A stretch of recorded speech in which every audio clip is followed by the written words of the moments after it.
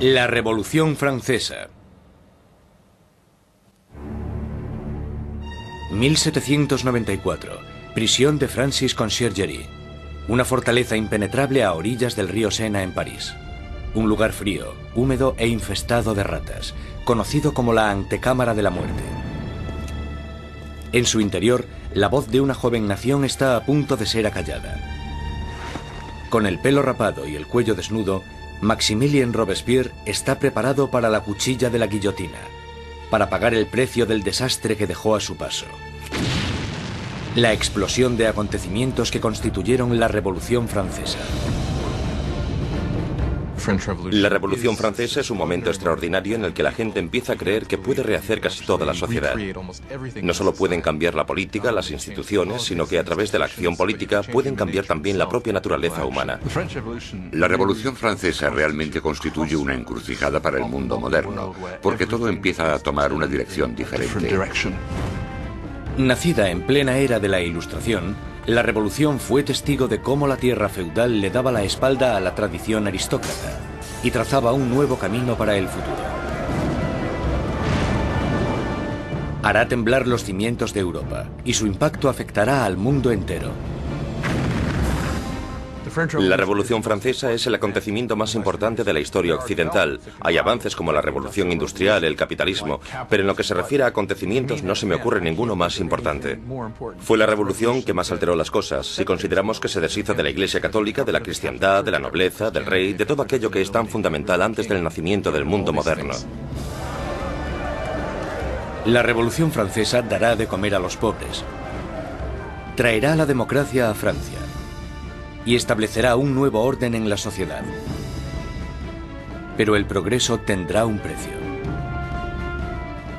Fue un momento de una extraordinaria esperanza y ambición, y de repente se convirtió en la tragedia más espantosa. Ahora Robespierre está destrozado y derrotado. Pero hace solo 2 días se alzaba como el triunfador de la revolución más grande y sangrienta de toda Europa. Era tan fiel a sus ideales que le llamaban el incorruptible. Era tan poderoso que con la más mínima palabra podía sembrar el miedo en toda la ciudad. Robespierre era un excelente orador. Las palabras eran sus armas. Ahora, silenciadas por un disparo en la mandíbula, espera a que le llegue la misma muerte, rápida y brutal, que él impuso a muchos otros. La Revolución Francesa está a punto de probar su propia medicina.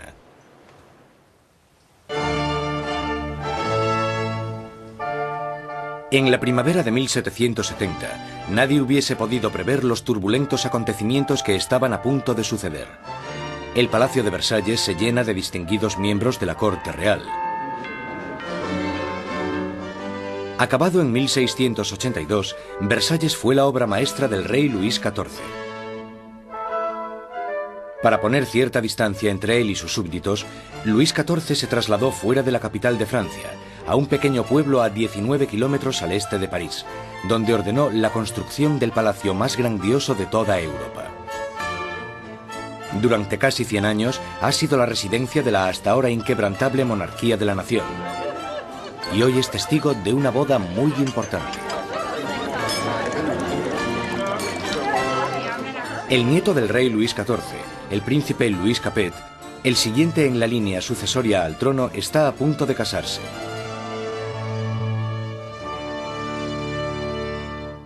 En su noche de bodas, con tan solo 15 años, Louis Capet es un chico tímido e indeciso, y posee pocas de las características propias de un futuro rey, y mucho menos de un marido.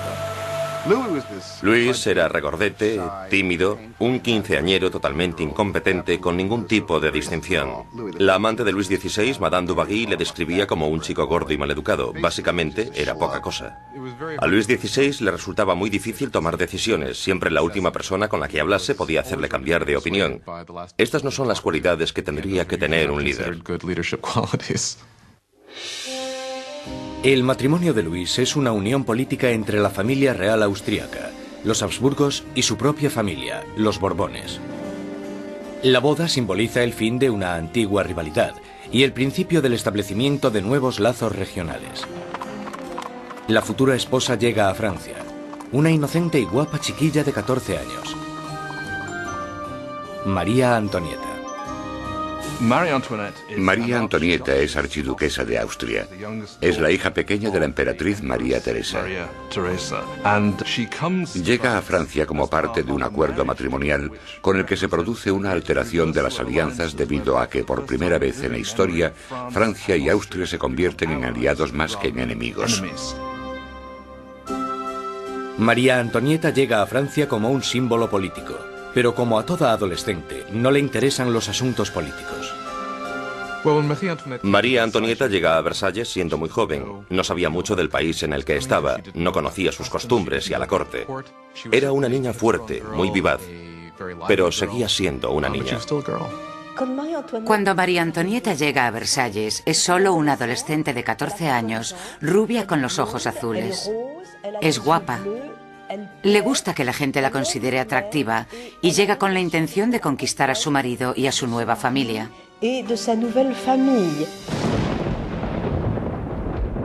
En la noche de bodas cae una tormenta que no hace presagiar nada bueno. Pero en el interior, el esplendor de la ceremonia ilumina el palacio mientras los recién casados se dirigen a su habitación real.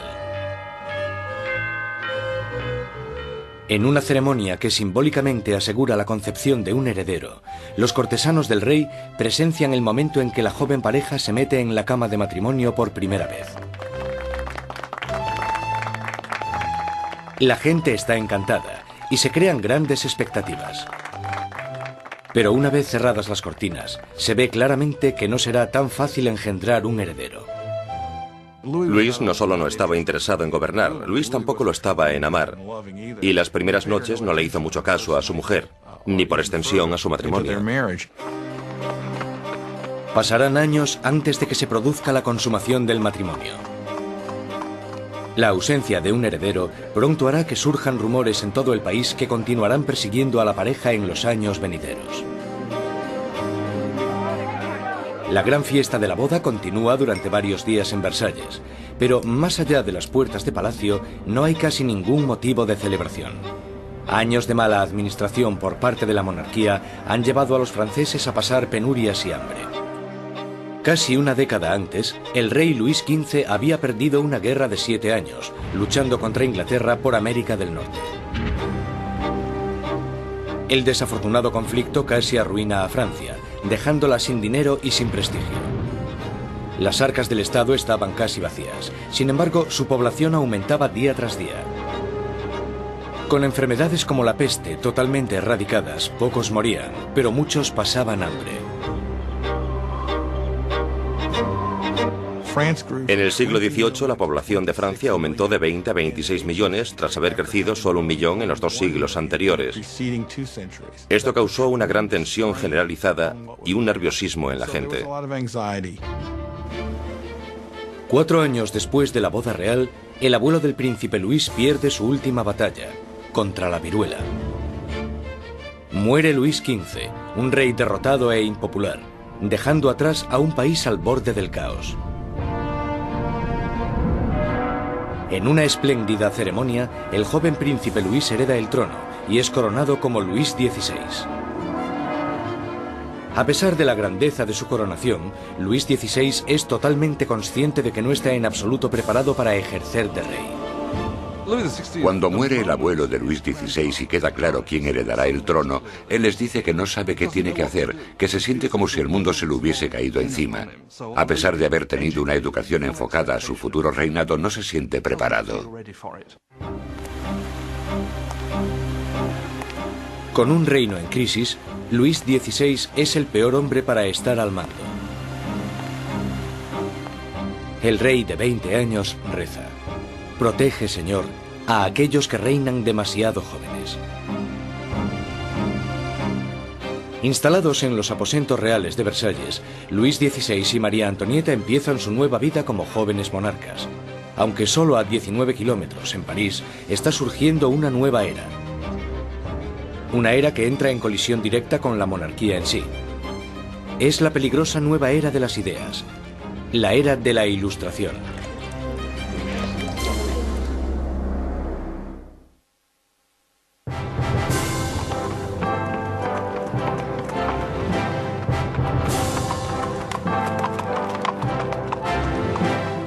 Mientras el carruaje real se va acercando al prestigioso colegio Louis le Grand en París, la gente se aglomera para echar un vistazo a la realeza. Es el momento de darle la bienvenida a París al nuevo rey, Luis XVI, y a su joven esposa.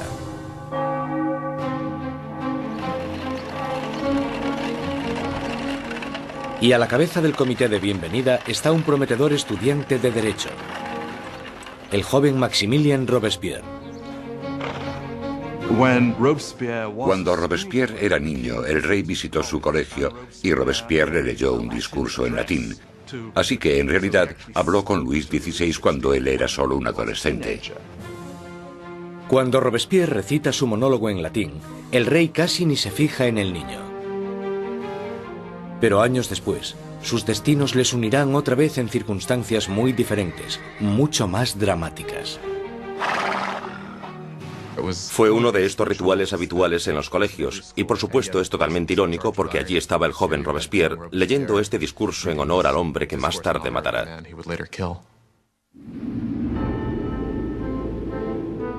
Por ahora, su acogida es cariñosa y sus halagos sinceros. La visita de los monarcas puede que ganase los corazones de la gente, pero sus mentes se están inclinando cada vez más hacia una dirección totalmente diferente. Desde la Edad Media, la sociedad europea se había dividido en tres clases distintas, establecidas en el nacimiento. Había una gran división entre la riqueza de la nobleza y el clero y la pobreza de los campesinos. Entonces, en pleno siglo XVIII, la razón y la ciencia empiezan a cuestionar esta tradición.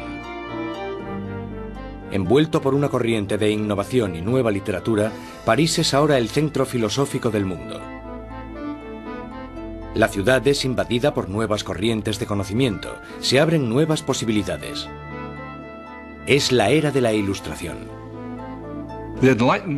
La Ilustración es un movimiento que lo que dice es que desconfíes de la autoridad, que desconfíes de todo lo que te hayan contado antes y que pienses por ti mismo, que lo compruebes tú mismo. En la Europa del antiguo régimen te decían lo que tenías que pensar. El clero y los gobernantes te daban la información. La idea de que una persona con algo de dinero pudiese acceder a través de la alfabetización al conocimiento humano de manera libre era revolucionaria. Surge una nueva élite por todo París. Los aristócratas se reúnen para hablar sobre los escritores de la Ilustración y la floreciente edad de la razón.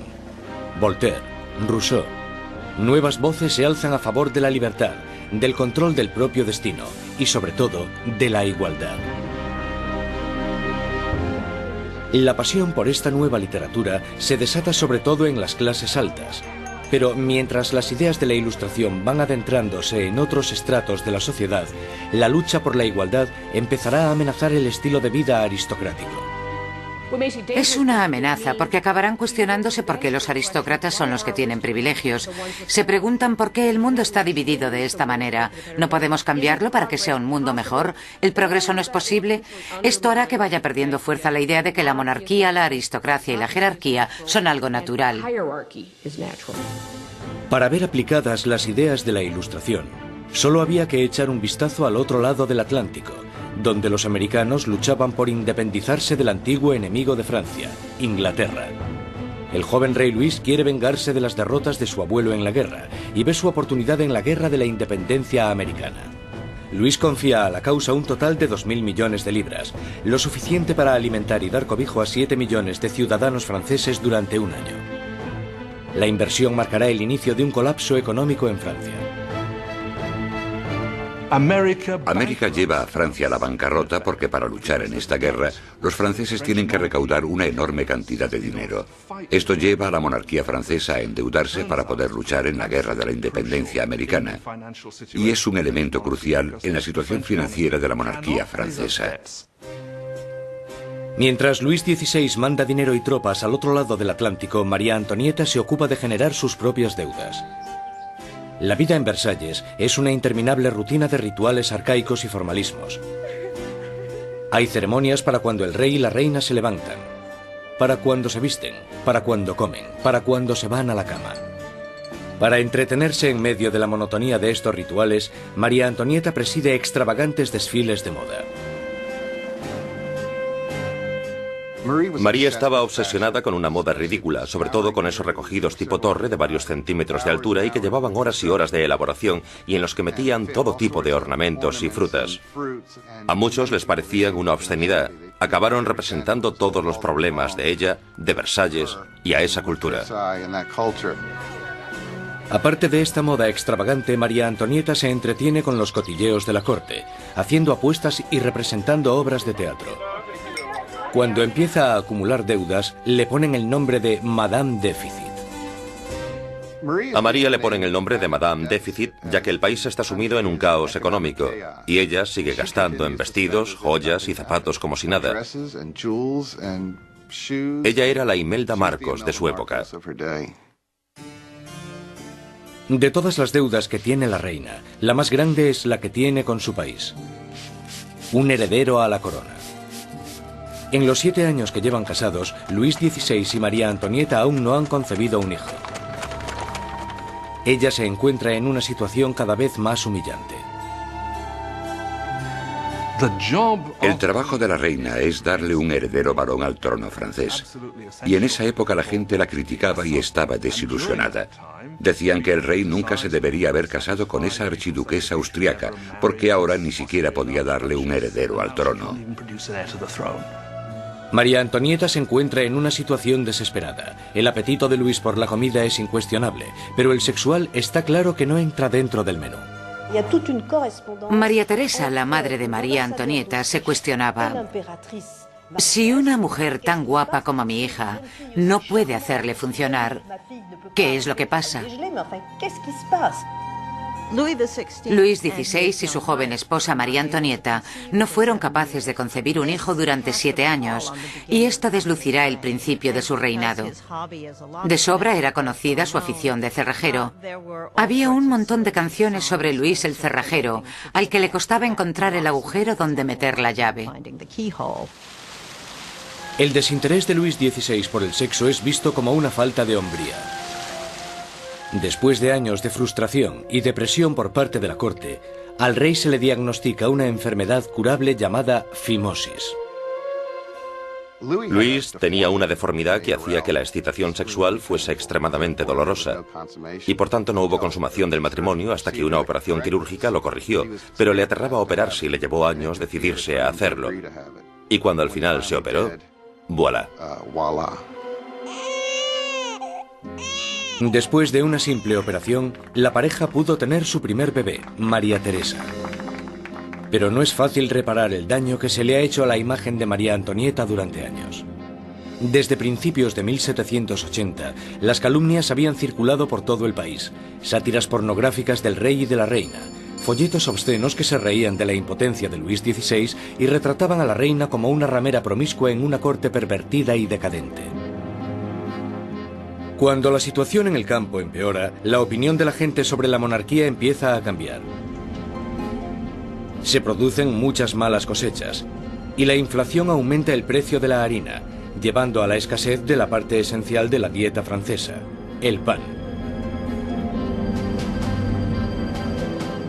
Pero naturalmente estas privaciones acaban a las puertas de Versalles. Mientras los monarcas continúan viviendo en la extravagancia, las quejas se traspasan al papel. A la corte real se le acusa directamente. ¿Sabe por qué hay tanta gente necesitada? ¿Es acaso que su lujoso estilo de vida devora en un día lo que 1 millar de hombres necesitaría para subsistir? ¿Quién es el hombre que está detrás de estas acusaciones? El mismo joven que solo unos años antes felicitó al rey y a la reina por su coronación. Maximilien Robespierre. La gente pronto tendrá un portavoz que pedirá la libertad y la igualdad por la revolución.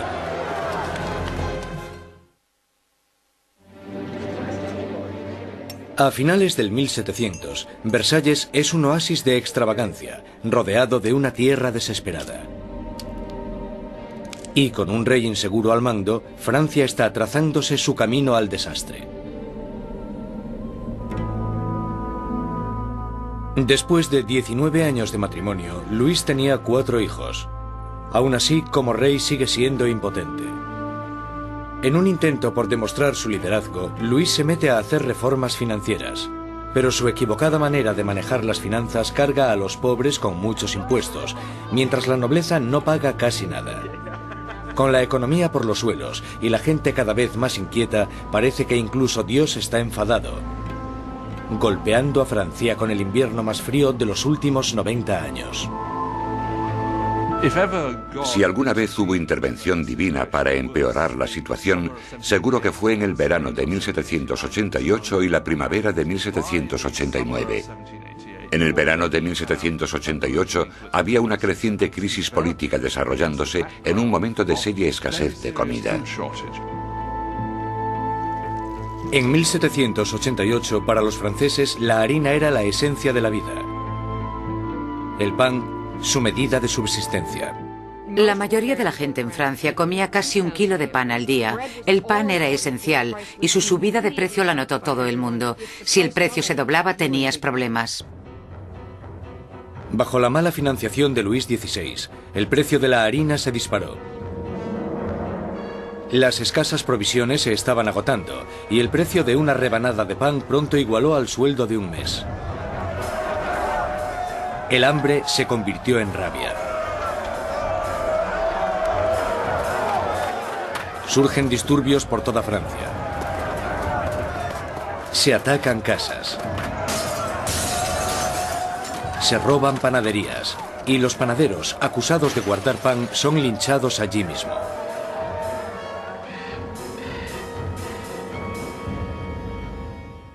Con la economía destrozada, los bancos fuerzan a Luis XVI a contratar a un ministro de Economía, Jacques Necker.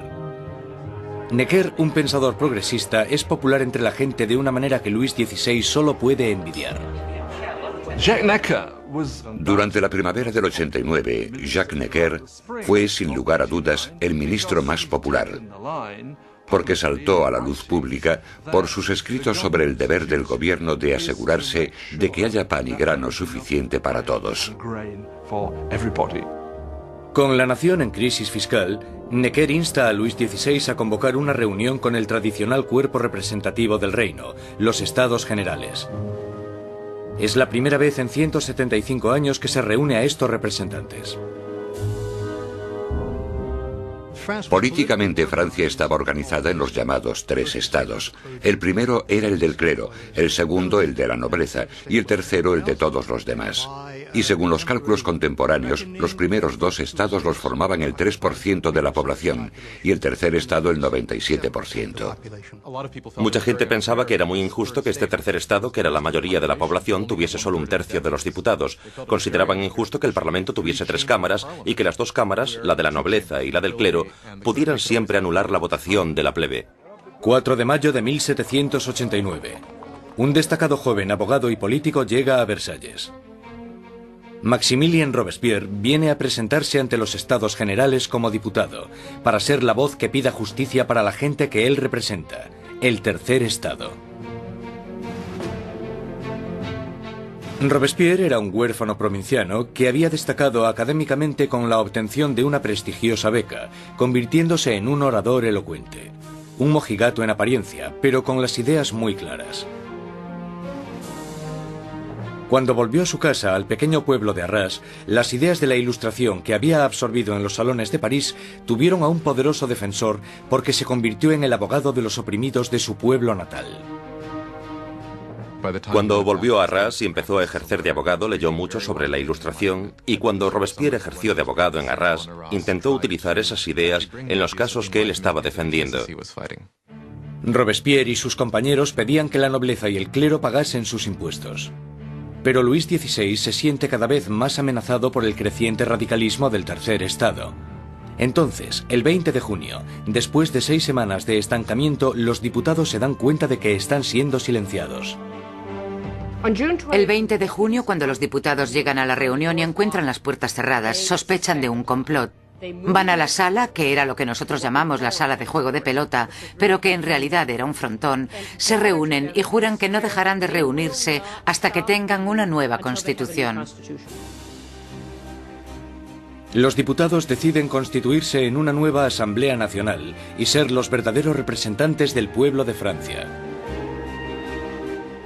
El juramento del juego de pelota es uno de estos grandes y simbólicos momentos de la historia de la Revolución Francesa. Tienes a todas estas personas reunidas en este gran espacio abierto que es la sala de juego, levantando sus brazos en una especie de saludo casi romano, y para esta Asamblea Nacional fue el momento en el que se dan cuenta de su poder y dignidad, y realmente vieron que podían derrocar al rey de Francia. La Asamblea Nacional nace de un revolucionario estado de rebeldía. Será una comunión de voces procedentes de todo el país, un cuerpo parlamentario representando la voluntad de la gente. Pero arrebatarle el poder al rey no será tan fácil como firmar una simple proclamación. Todas estas victorias iniciales que tuvieron lugar en Versalles son la mayoría victorias sobre el papel y ninguna se había llevado a cabo.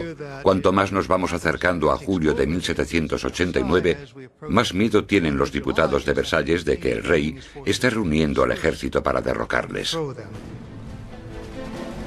A principios de julio, 30.000 soldados toman posiciones en los alrededores de París. Para defenderse, la gente forma una nueva Guardia Nacional. Los revolucionarios asaltan las armerías de París y se van con más de 28.000 mosquetes. Lo único que les falta es la pólvora, y la gente sabe dónde encontrarla. En el centro de París se alza un enorme castillo de piedra, conocido como el símbolo del dominio feudal: la Bastilla. La prisión acoge los almacenes de pólvora de la ciudad y se conoce como la prisión de las torturas y las muertes inexplicables. La Bastilla había sido el gran símbolo del despotismo monárquico, el gran símbolo de los reyes de Francia yendo más allá de los límites de su propio poder. Para los franceses simboliza el horror. En medio de las revueltas se produce un sorprendente escándalo. Luis XVI despide a su ministro de Economía, el apreciado Jacques Necker, por portarse demasiado bien con el pueblo. Horas después de despedir a Necker, llega a París la noticia de que han despedido a su hombre preferido de la corte. No queda más opción que la sublevación. El 14 de julio, multitud de gente se reúne identificándose entre sí con un pequeño emblema. Rojo y azul son los colores de París, separados por el blanco, el color de la Casa de los Borbones. El tricolor ha nacido. De entre la multitud exaltada, una voz grita: ¡a la Bastilla! Con el ataque a la Bastilla, la gente de París está diciendo: no te podrás librar de una nueva Asamblea Nacional. La gente está tomando cartas en el asunto, está cogiendo las armas y diciendo: estamos del lado de la revolución. Cuando el director de la Bastilla, Bernard de Lugny, se entera de que una gran multitud se está aproximando a la prisión, intenta cerrarla. Monta una defensa desesperada, pero los revolucionarios asaltan la fortaleza y arremeten contra los guardas con cuchillos y lanzas. Finalmente, el director de Lugny se rinde, pero la multitud enfurecida le agarra arrastrándole por las calles, le abuchean, le dan patadas y le golpean hasta que grita: «¡Dejadme morir!». La multitud entusiasmada accede con mucho gusto a su petición.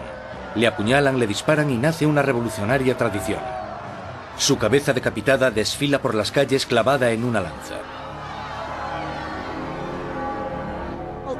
Los diputados de la Asamblea Nacional no condenan inmediatamente este acto de violencia. De hecho, lo aceptan. Y fue esta aceptación de la violencia política lo que, bajo el punto de vista de algunas personas, creó una forma de conducta que tendrá consecuencias catastróficas para el desarrollo de la revolución. Con el humo aún levantándose de la Bastilla, Luis XVI vuelve de su viaje de caza. Debajo de la fecha del 14 de julio de 1879 escribe: «Nada», refiriéndose a su desafortunada caza. Un asesor le interrumpe con las noticias de los disturbios y la caída de la Bastilla. Luis XVI le pregunta: ¿es una revuelta? «No, señor», responde. «Es una revolución». Con la economía por los suelos y la gente cada vez más inquieta, parece que incluso Dios está enfadado, golpeando a Francia con el invierno más frío de los últimos 90 años. Si alguna vez hubo intervención divina para empeorar la situación, seguro que fue en el verano de 1788 y la primavera de 1789. En el verano de 1788 había una creciente crisis política desarrollándose en un momento de seria escasez de comida. En 1788, para los franceses, la harina era la esencia de la vida. El pan, su medida de subsistencia. La mayoría de la gente en Francia comía casi 1 kilo de pan al día. El pan era esencial y su subida de precio la notó todo el mundo. Si el precio se doblaba, tenías problemas. Bajo la mala financiación de Luis XVI, el precio de la harina se disparó. Las escasas provisiones se estaban agotando y el precio de una rebanada de pan pronto igualó al sueldo de un mes. El hambre se convirtió en rabia. Surgen disturbios por toda Francia. Se atacan casas. Se roban panaderías y los panaderos, acusados de guardar pan, son linchados allí mismo.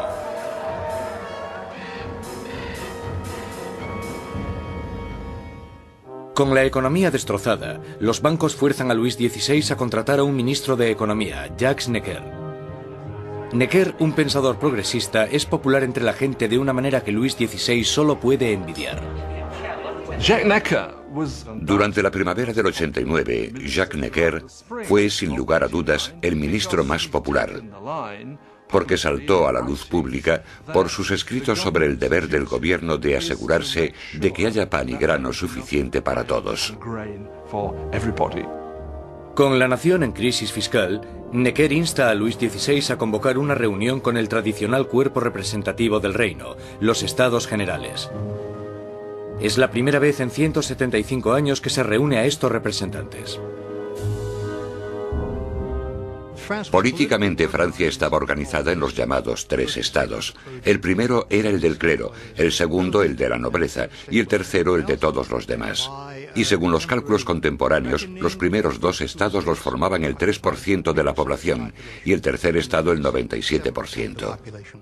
Mucha gente pensaba que era muy injusto que este tercer estado, que era la mayoría de la población, tuviese solo 1/3 de los diputados. Consideraban injusto que el Parlamento tuviese 3 cámaras y que las 2 cámaras, la de la nobleza y la del clero, pudieran siempre anular la votación de la plebe. 4 de mayo de 1789. Un destacado joven abogado y político llega a Versalles. Maximilien Robespierre viene a presentarse ante los Estados Generales como diputado, para ser la voz que pida justicia para la gente que él representa, el tercer estado. Robespierre era un huérfano provinciano que había destacado académicamente con la obtención de una prestigiosa beca, convirtiéndose en un orador elocuente. Un mojigato en apariencia, pero con las ideas muy claras. Cuando volvió a su casa, al pequeño pueblo de Arras, las ideas de la Ilustración que había absorbido en los salones de París tuvieron a un poderoso defensor porque se convirtió en el abogado de los oprimidos de su pueblo natal. Cuando volvió a Arras y empezó a ejercer de abogado, leyó mucho sobre la Ilustración y cuando Robespierre ejerció de abogado en Arras, intentó utilizar esas ideas en los casos que él estaba defendiendo.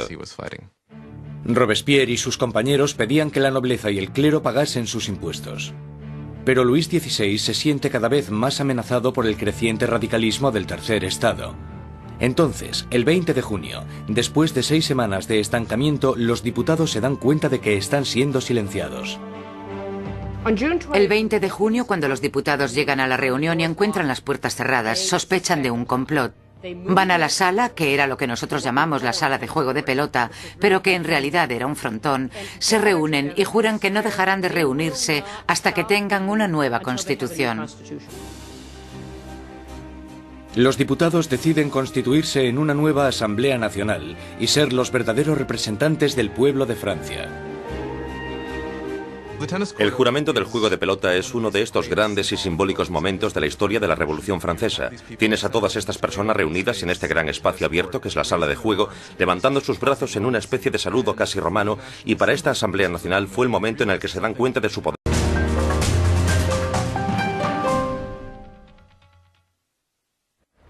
La Revolución Francesa. 1794. Prisión de Francis Conciergerie. Una fortaleza impenetrable a orillas del río Sena en París. Un lugar frío, húmedo e infestado de ratas, conocido como la antecámara de la muerte. En su interior, la voz de una joven nación está a punto de ser acallada. Con el pelo rapado y el cuello desnudo, Maximilien Robespierre está preparado para la cuchilla de la guillotina, para pagar el precio del desastre que dejó a su paso. La explosión de acontecimientos que constituyeron la Revolución Francesa. La Revolución Francesa es un momento extraordinario en el que la gente empieza a creer que puede rehacer casi toda la sociedad. No solo pueden cambiar la política, las instituciones, sino que a través de la acción política pueden cambiar también la propia naturaleza humana. La Revolución Francesa realmente constituye una encrucijada para el mundo moderno, porque todo empieza a tomar una dirección diferente. Nacida en plena era de la Ilustración, la Revolución fue testigo de cómo la tierra feudal le daba la espalda a la tradición aristócrata y trazaba un nuevo camino para el futuro.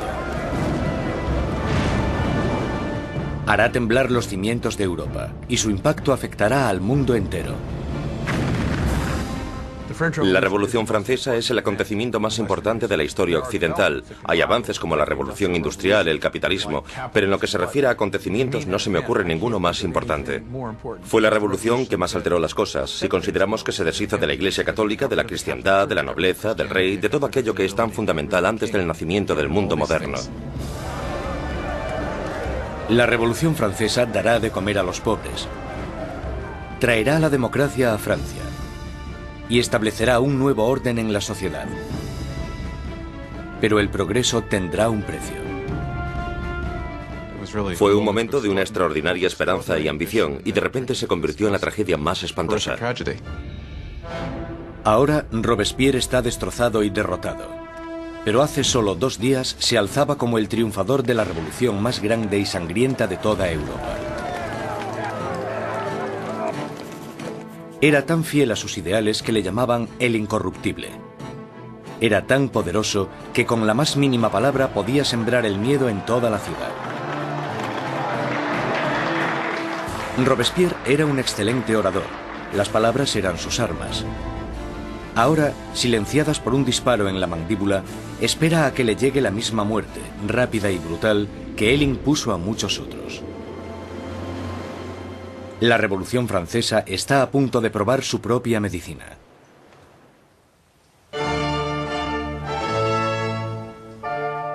En la primavera de 1770, nadie hubiese podido prever los turbulentos acontecimientos que estaban a punto de suceder. El Palacio de Versalles se llena de distinguidos miembros de la corte real. Acabado en 1682, Versalles fue la obra maestra del rey Luis XIV.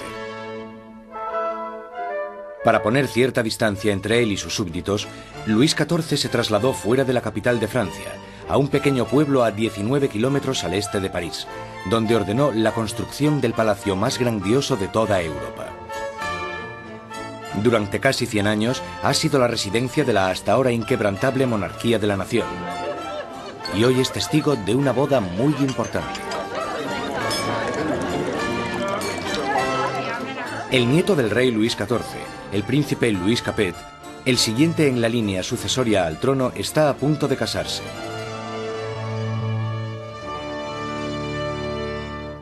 En su noche de bodas, con tan solo 15 años, Louis Capet es un chico tímido e indeciso, y posee pocas de las características propias de un futuro rey, y mucho menos de un marido.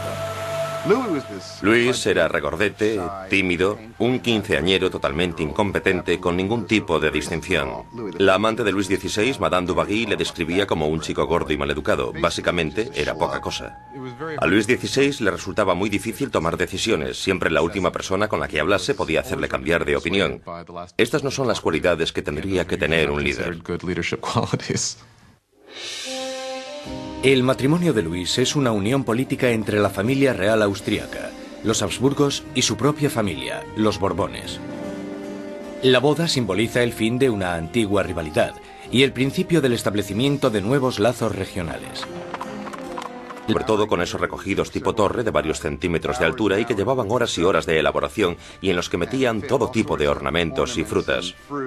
A muchos les parecían una obscenidad. Acabaron representando todos los problemas de ella, de Versalles y a esa cultura. Aparte de esta moda extravagante, María Antonieta se entretiene con los cotilleos de la corte, haciendo apuestas y representando obras de teatro. Cuando empieza a acumular deudas, le ponen el nombre de Madame Déficit. A María le ponen el nombre de Madame Déficit, ya que el país está sumido en un caos económico, y ella sigue gastando en vestidos, joyas y zapatos como si nada. Ella era la Imelda Marcos de su época. De todas las deudas que tiene la reina, la más grande es la que tiene con su país. Un heredero a la corona. En los 7 años que llevan casados, Luis XVI y María Antonieta aún no han concebido un hijo. Ella se encuentra en una situación cada vez más humillante. El trabajo de la reina es darle un heredero varón al trono francés.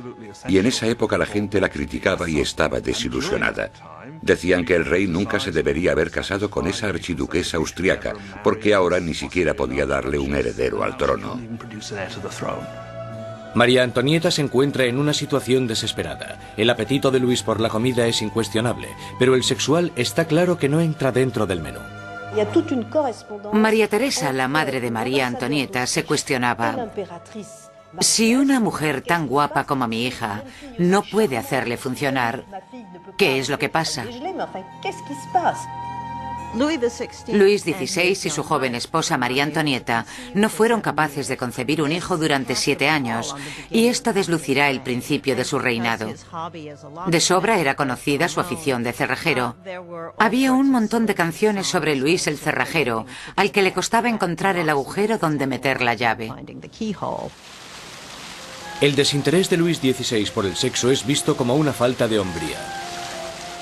Después de años de frustración y depresión por parte de la corte, al rey se le diagnostica una enfermedad curable llamada fimosis. Luis tenía una deformidad que hacía que la excitación sexual fuese extremadamente dolorosa, y por tanto no hubo consumación del matrimonio hasta que una operación quirúrgica lo corrigió, pero le aterraba operarse y le llevó años decidirse a hacerlo. Y cuando al final se operó, ¡voilà! Después de una simple operación, la pareja pudo tener su primer bebé, María Teresa. Pero no es fácil reparar el daño que se le ha hecho a la imagen de María Antonieta durante años. Desde principios de 1780, las calumnias habían circulado por todo el país, sátiras pornográficas del rey y de la reina, folletos obscenos que se reían de la impotencia de Luis XVI y retrataban a la reina como una ramera promiscua en una corte pervertida y decadente. Cuando la situación en el campo empeora, la opinión de la gente sobre la monarquía empieza a cambiar. Se producen muchas malas cosechas y la inflación aumenta el precio de la harina, llevando a la escasez de la parte esencial de la dieta francesa, el pan. Pero naturalmente estas privaciones acaban a las puertas de Versalles. Mientras los monarcas continúan viviendo en la extravagancia, las quejas se traspasan al papel. A la corte real se le acusa directamente. ¿Sabe por qué hay tanta gente necesitada? ¿Es acaso que su lujoso estilo de vida devora en un día lo que 1 millar de hombres necesitaría para subsistir? ¿Quién es el hombre que está detrás de estas acusaciones? El mismo joven que solo unos años antes felicitó al rey y a la reina por su coronación. Maximilien Robespierre. La gente pronto tendrá un portavoz que pedirá la libertad y la igualdad por la revolución.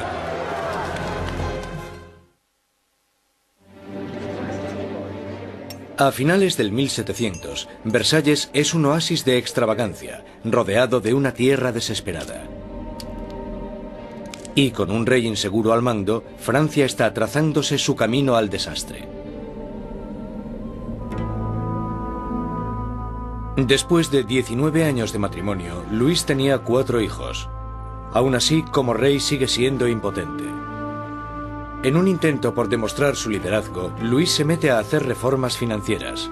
pero su equivocada manera de manejar las finanzas carga a los pobres con muchos impuestos, mientras la nobleza no paga casi nada. Mientras el carruaje real se va acercando al prestigioso colegio Louis le Grand en París, la gente se aglomera para echar un vistazo a la realeza. Es el momento de darle la bienvenida a París al nuevo rey, Luis XVI, y a su joven esposa.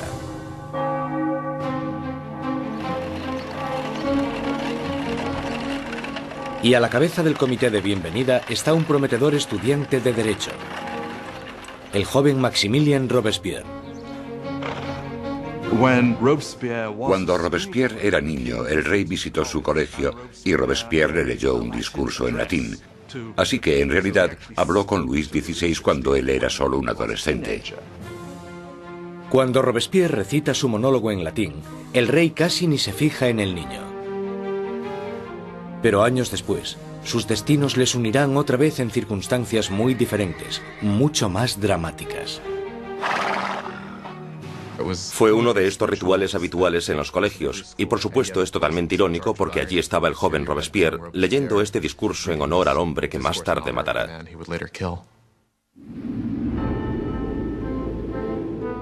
Por ahora, su acogida es cariñosa y sus halagos sinceros. La visita de los monarcas puede que ganase los corazones de la gente, pero sus mentes se están inclinando cada vez más hacia una dirección totalmente diferente. Desde la Edad Media, la sociedad europea se había dividido en tres clases distintas, establecidas en el nacimiento. Había una gran división entre la riqueza de la nobleza y el clero y la pobreza de los campesinos. Entonces, en pleno siglo XVIII, la razón y la ciencia empiezan a cuestionar esta tradición. Envuelto por una corriente de innovación y nueva literatura, París es ahora el centro filosófico del mundo. La ciudad es invadida por nuevas corrientes de conocimiento, se abren nuevas posibilidades. Es la era de la Ilustración.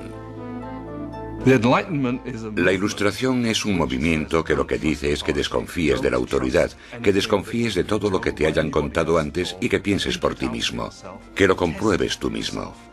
En la Europa del antiguo régimen te decían lo que tenías que pensar. El clero y los gobernantes te daban la información. La idea de que una persona con algo de dinero pudiese acceder a través de la alfabetización al conocimiento humano de manera libre era revolucionaria. Surge una nueva élite por todo París. Los aristócratas se reúnen para hablar sobre los escritores de la Ilustración y la floreciente edad de la razón. Voltaire, Rousseau. Nuevas voces se alzan a favor de la libertad, del control del propio destino y, sobre todo, de la igualdad. La pasión por esta nueva literatura se desata sobre todo en las clases altas. Pero mientras las ideas de la Ilustración van adentrándose en otros estratos de la sociedad, la lucha por la igualdad empezará a amenazar el estilo de vida aristocrático. Es una amenaza porque acabarán cuestionándose por qué los aristócratas son los que tienen privilegios. Se preguntan por qué el mundo está dividido de esta manera. ¿No podemos cambiarlo para que sea un mundo mejor? ¿El progreso no es posible? Esto hará que vaya perdiendo fuerza la idea de que la monarquía, la aristocracia y la jerarquía son algo natural. Para ver aplicadas las ideas de la Ilustración, solo había que echar un vistazo al otro lado del Atlántico, donde los americanos luchaban por independizarse del antiguo enemigo de Francia, Inglaterra. El joven rey Luis quiere vengarse de las derrotas de su abuelo en la guerra y ve su oportunidad en la guerra de la independencia americana. Luis confía a la causa un total de 2.000 millones de libras, lo suficiente para alimentar y dar cobijo a 7 millones de ciudadanos franceses durante un año. La inversión marcará el inicio de un colapso económico en Francia. América lleva a Francia a la bancarrota porque para luchar en esta guerra, los franceses tienen que recaudar una enorme cantidad de dinero. Esto lleva a la monarquía francesa a endeudarse para poder luchar en la guerra de la independencia americana. Y es un elemento crucial en la situación financiera de la monarquía francesa. Mientras Luis XVI manda dinero y tropas al otro lado del Atlántico, María Antonieta se ocupa de generar sus propias deudas. La vida en Versalles es una interminable rutina de rituales arcaicos y formalismos. Hay ceremonias para cuando el rey y la reina se levantan, para cuando se visten, para cuando comen, para cuando se van a la cama. Para entretenerse en medio de la monotonía de estos rituales, María Antonieta preside extravagantes desfiles de moda. María estaba obsesionada con una moda ridícula. La futura esposa llega a Francia, una inocente y guapa chiquilla de 14 años.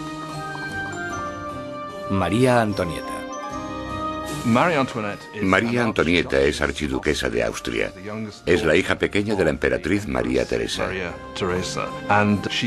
Llega a Francia como parte de un acuerdo matrimonial con el que se produce una alteración de las alianzas debido a que por primera vez en la historia Francia y Austria se convierten en aliados más que en enemigos. María Antonieta llega a Francia como un símbolo político. Pero como a toda adolescente, no le interesan los asuntos políticos. María Antonieta llega a Versalles siendo muy joven. No sabía mucho del país en el que estaba, no conocía sus costumbres y a la corte. Era una niña fuerte, muy vivaz, pero seguía siendo una niña. Cuando María Antonieta llega a Versalles, es solo una adolescente de 14 años, rubia con los ojos azules. Es guapa. Le gusta que la gente la considere atractiva y llega con la intención de conquistar a su marido y a su nueva familia.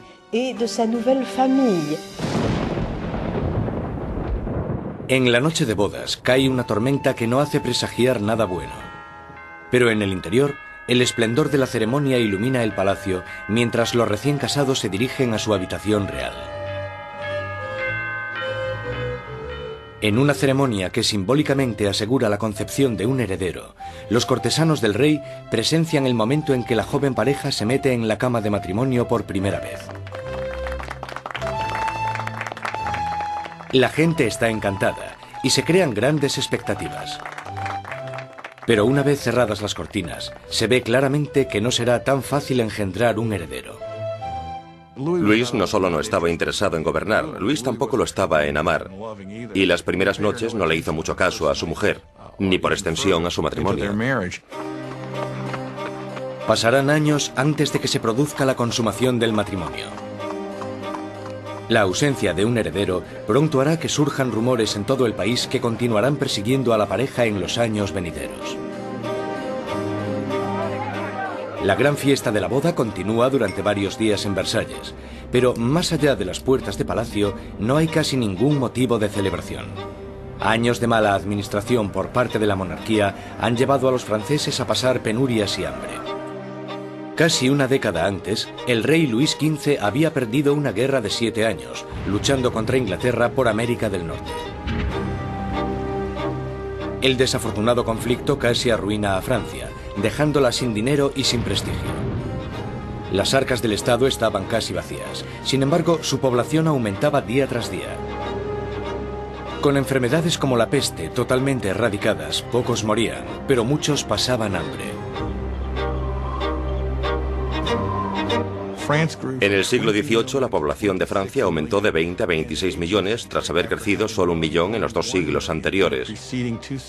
Esto causó una gran tensión generalizada y un nerviosismo en la gente. 4 años después de la boda real, el abuelo del príncipe Luis pierde su última batalla, contra la viruela.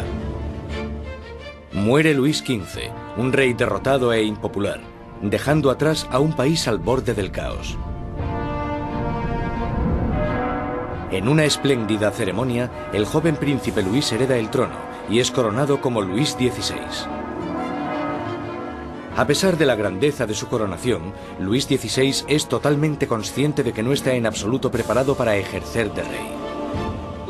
Cuando muere el abuelo de Luis XVI y queda claro quién heredará el trono, él les dice que no sabe qué tiene que hacer, que se siente como si el mundo se le hubiese caído encima.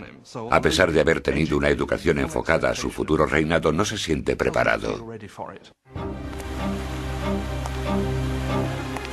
Con un reino en crisis, Luis XVI es el peor hombre para estar al mando.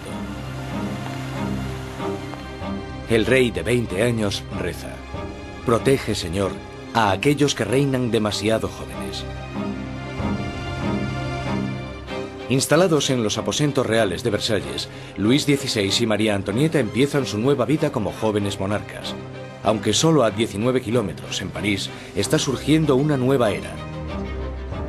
una era que entra en colisión directa con la monarquía en sí. Es la peligrosa nueva era de las ideas, la era de la Ilustración.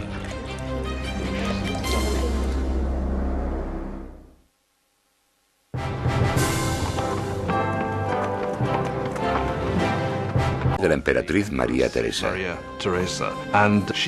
Llega a Francia como parte de un acuerdo matrimonial con el que se produce una alteración de las alianzas debido a que por primera vez en la historia Francia y Austria se convierten en aliados más que en enemigos. María Antonieta llega a Francia como un símbolo político, pero como a toda adolescente no le interesan los asuntos políticos. María Antonieta llega a Versalles siendo muy joven. No sabía mucho del país en el que estaba, no conocía sus costumbres y a la corte.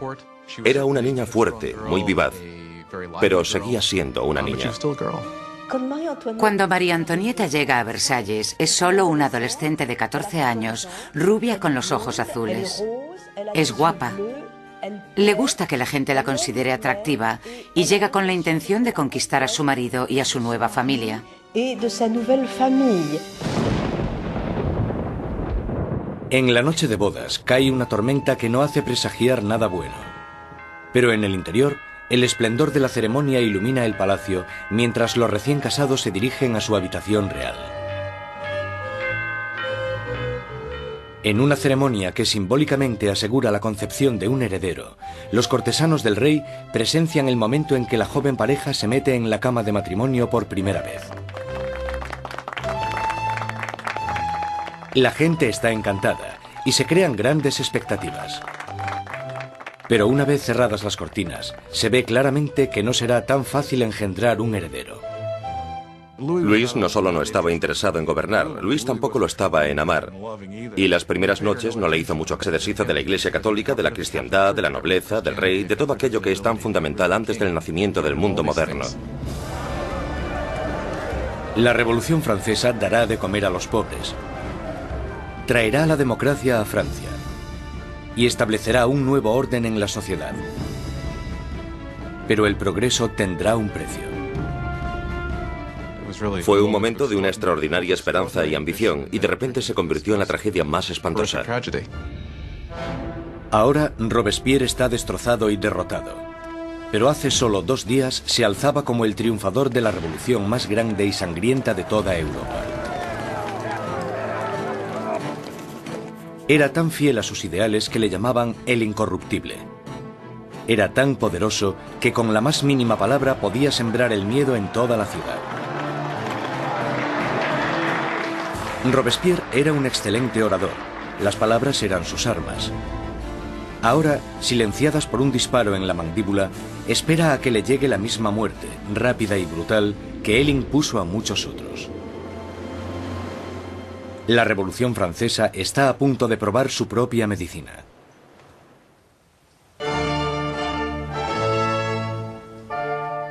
En la primavera de 1770, nadie hubiese podido prever los turbulentos acontecimientos que estaban a punto de suceder. El Palacio de Versalles se llena de distinguidos miembros de la corte real. Acabado en 1682, Versalles fue la obra maestra del rey Luis XIV. Para poner cierta distancia entre él y sus súbditos,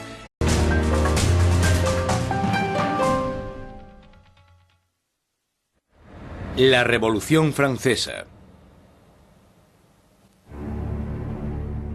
1794. Prisión de Francis Conciergerie. Una fortaleza impenetrable a orillas del río Sena en París.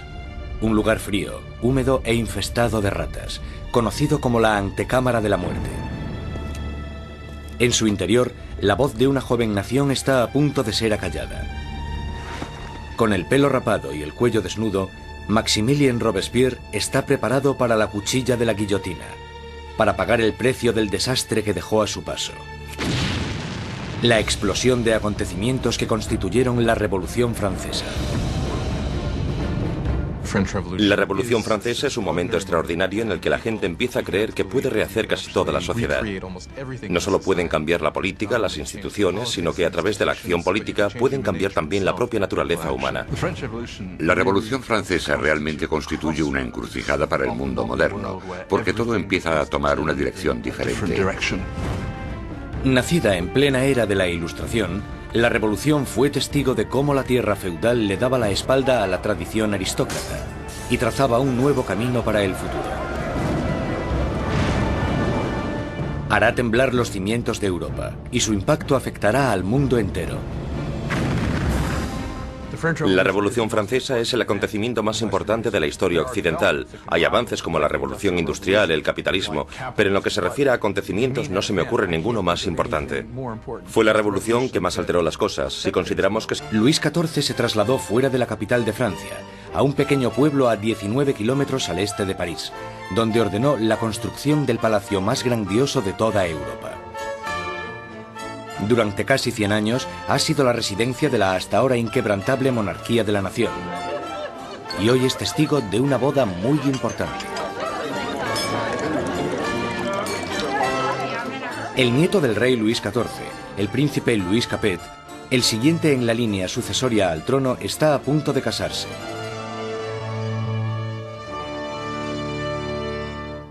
En su noche de bodas, con tan solo 15 años, Louis Capet es un chico tímido e indeciso, y posee pocas de las características propias de un futuro rey, y mucho menos de un marido. Luis era regordete, tímido, un quinceañero totalmente incompetente, con ningún tipo de distinción. La amante de Luis XVI, Madame Dubarry, le describía como un chico gordo y maleducado. Básicamente, era poca cosa. A Luis XVI le resultaba muy difícil tomar decisiones. Siempre la última persona con la que hablase podía hacerle cambiar de opinión. Estas no son las cualidades que tendría que tener un líder. El matrimonio de Luis es una unión política entre la familia real austríaca, los Habsburgos y su propia familia, los Borbones. La boda simboliza el fin de una antigua rivalidad y el principio del establecimiento de nuevos lazos regionales. La futura esposa llega a Francia, una inocente y guapa chiquilla de 14 años. María Antonieta. María Antonieta es archiduquesa de Austria.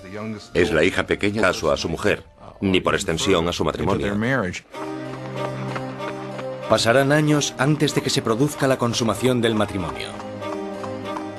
La ausencia de un heredero pronto hará que surjan rumores en todo el país que continuarán persiguiendo a la pareja en los años venideros. La gran fiesta de la boda continúa durante varios días en Versalles, pero más allá de las puertas de palacio no hay casi ningún motivo de celebración. Años de mala administración por parte de la monarquía han llevado a los franceses a pasar penurias y hambre. Casi una década antes, el rey Luis XV había perdido una guerra de 7 años, luchando contra Inglaterra por América del Norte. El desafortunado conflicto casi arruina a Francia, dejándola sin dinero y sin prestigio. Las arcas del Estado estaban casi vacías. Sin embargo, su población aumentaba día tras día. Con enfermedades como la peste totalmente erradicadas, pocos morían, pero muchos pasaban hambre. En el siglo XVIII, la población de Francia aumentó de 20 a 26 millones, tras haber crecido solo 1 millón en los 2 siglos anteriores. Esto causó una gran tensión generalizada y un nerviosismo en la gente. 4 años después de la boda real, el abuelo del príncipe Luis pierde su última batalla, contra la viruela. Muere Luis XV, un rey derrotado e impopular, dejando atrás a un país al borde del caos. En una espléndida ceremonia, el joven príncipe Luis hereda el trono y es coronado